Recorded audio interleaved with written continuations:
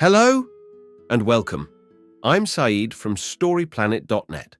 Dive right into the essence of the most captivating books without reading them cover to cover. Whether you're on the go, at the gym, or just relaxing at home, we offer you a unique and enriching listening experience. Today, we are exploring the book, The Immortality Key, a creation by Brian C. Muraresku. In The Immortality Key, 2020, Muraresku delves into puzzling ancient Greek and early Christian religious ceremonies, exploring the potential use of psychedelic substances in spiritual practices after 12 years of research. Before we delve into these revelations, it's interesting to note that Brian C. Muraresku, a lawyer from Washington, D.C., is the founding executive director of Doctors for Cannabis Regulation. He holds a degree in Latin, Greek, and Sanskrit from Brown University and authored his first book, The Immortality Key. With 6 key ideas to unveil, brace yourself for a deep dive into this captivating book. On StoryPlanet.net. To start, the text discusses the connection between psychedelics and religion, highlighting the surprising relationship between the two. The author, Brian Muraresku, explores the idea that the original Eucharist may have involved hallucinogenic substances in the wine consumed by early Christians. Drawing from theories of academics in the 1970s and potential parallels with ancient Greek practices, Muraresku, a lawyer and scholar, aims to uncover the truth behind ancient religious rituals involving altered states of consciousness. This exploration challenges traditional views and encourages readers to keep an open mind on the relationship between drugs and religion. Key idea number 1. Psychedelic drugs can cause transformative experiences. A grandmother and atheist named Dinah had a life-changing spiritual experience after using psilocybin in a study conducted by Johns Hopkins University.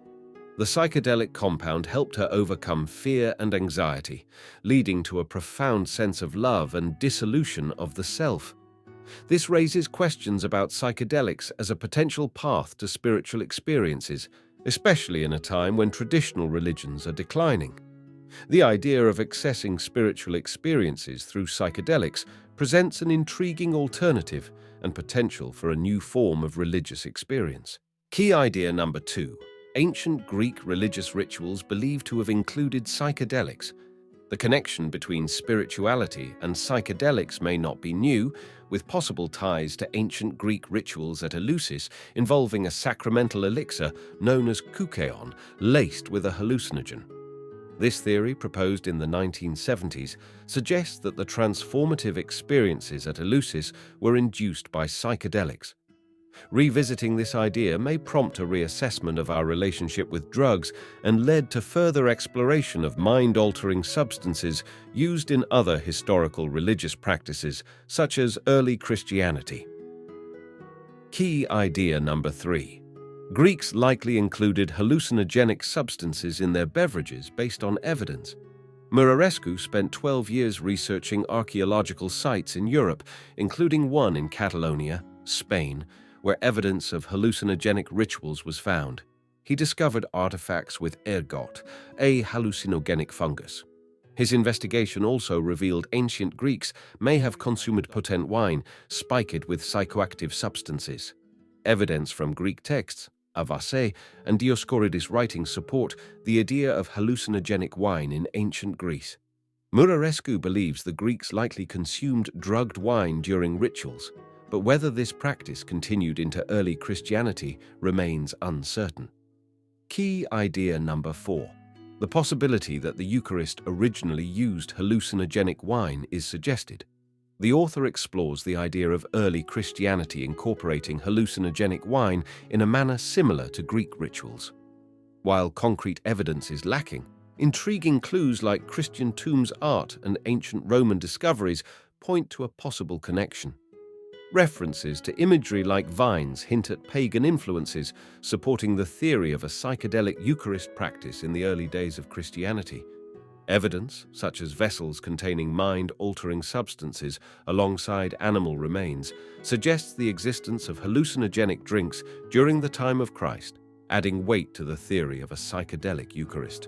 Key idea number 5. reevaluate attitude towards psychedelics and explore further. Muraresku believes evidence of early Christian rituals involving hallucinogens exists.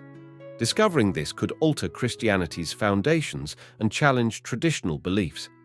Despite potential resistance from the Vatican, there is compelling evidence supporting psychedelic use in ancient societies.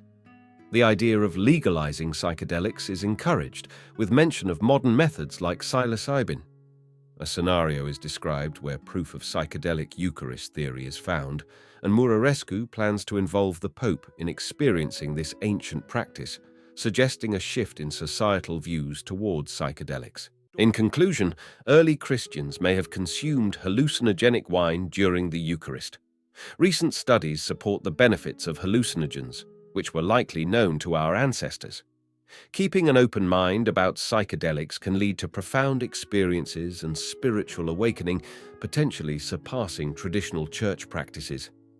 This could be an opportunity to embrace a psychedelic revolution and return to our roots. Thank you for listening to this summary. If you enjoyed this exploration, we invite you to discover other fascinating books on storyplanet.net. Don't wait any longer. A multitude of books, stories, and knowledge await you there.